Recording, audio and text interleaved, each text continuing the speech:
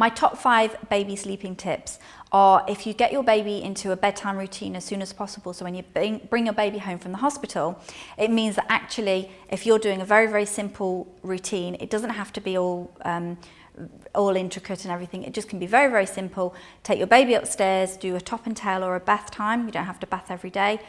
Take them into their room, little massage, put on their night clothes, and then feed them in the room that they're going to go to sleep on with low lights and very calm, quiet voices. That means that actually then it will calm the baby down and your baby will be ready for sleep, and then you'll be able to start getting your evenings back very quickly, where the baby will go to sleep and you will be able to go and have an evening meal, or go off and have a nap. My second tip is to, by stretching your baby's sleep in the middle of the night, you can actually do it by using a base time. A base time is when your baby wakes up in the middle of the night, you use that time and you stretch it by 15 minutes every 2 to 3 days. So what's really, really easy with that is, say for example, your baby's waking up at 2 o'clock every morning. Now, if you don't start stretching that time, your baby will be 6 months old, a year old, and they will still be waking at that time because they'll have set their little alarm clock. And this happens to every single baby. So what you need to do is just move it along. So you use a dummy and just keep giving the baby the dummy just for 15 minutes. You can hold your baby and just walk around for 15 minutes and then feed your baby. What will happen is your baby will realise that it's not being fed at 2 o'clock. You're only letting it wait for 15 minutes. You feed the baby. The next night, your baby will wake up at 2:15.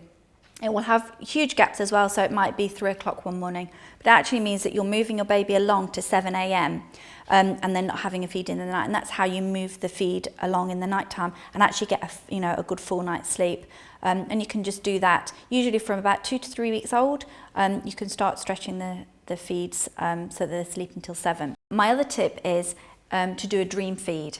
A dream feed is a very, very quick and simple way to get your baby sleeping through the night, because every baby is only capable of sleeping one long sleep during 24 hours, just like we do.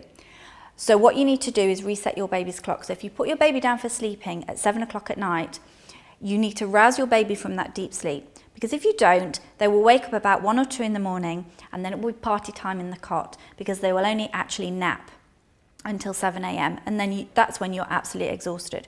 So if you actually wake your baby at 11, very quietly take your baby out, change your baby's nappy and feed your baby. And if you give your baby a bottle, it means that dads can do this as well, and it's really nice bonding for them. And they can feel that they're kind of helping out. It also means that mums can go to bed and then sleep until that early morning waking. You give the baby a bottle, you can see how much your baby's drinking. You actually find that they'll drink very quickly. You don't need to burp in between because they'll be relaxed and they won't have any wind in there. And then you can re-swaddle your baby, put your baby down for sleeping, and then they'll reset their clock and have a nice long sleep until 7 a.m. And that's when you can stretch it along. So if you do that, that's how the key to getting your baby to sleep through. My next tip is swaddling. Swaddling is fantastic because what it means is when you bring your baby home from hospital, you need to recreate how your baby felt when they were inside your womb. So swaddling them means that they feel really, really safe and secure. They will sleep more deeply and more longer because it means that they will stop having the moral startle reflex. So what happens is if your baby doesn't have a swaddle around them, they'll just throw their arms back and it looks really, really awful. And that's just because it's just they're startling and they're not sure where sides are, because of course when they're inside you, they were all scrunched up and felt really, really safe. So swaddling them, always use a light material, so don't use blankets, and start the swaddle from the back of their neck, so obviously it doesn't go over their face. Swaddle quite firmly because babies will wriggle and try and get out of it.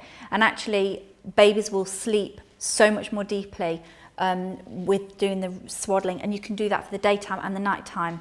So that's how one of the reasons where you can get your baby to sleep a little bit longer at night. My final tip is if you have a screaming baby, then using this method that I'm going to tell you will calm your baby straight down. So if you go into a darkened room, you'll swaddle your baby. This is up to the first 6 weeks. If you swaddle your baby, put your baby on your chest so they can hear your heartbeat, pat your baby's bottom, that will calm them instantly down. And that's because the baby inside you heard the shh noise. So if you make the shh noise that the baby heard, you're swaddling them so they feel nice and secure, and you're also patting their bottom because they felt the heartbeat on their bottom as they were engaged to be delivered. So that will reassure your baby, calm your baby, so you don't have hours of pacing up and down the corridors, putting your baby into a car seat, and that really calms them. So just using those few tips that I've given you will actually give you the tools to calm your baby down, help your baby with sleeping, and then you can then continue with a really good sleep routine.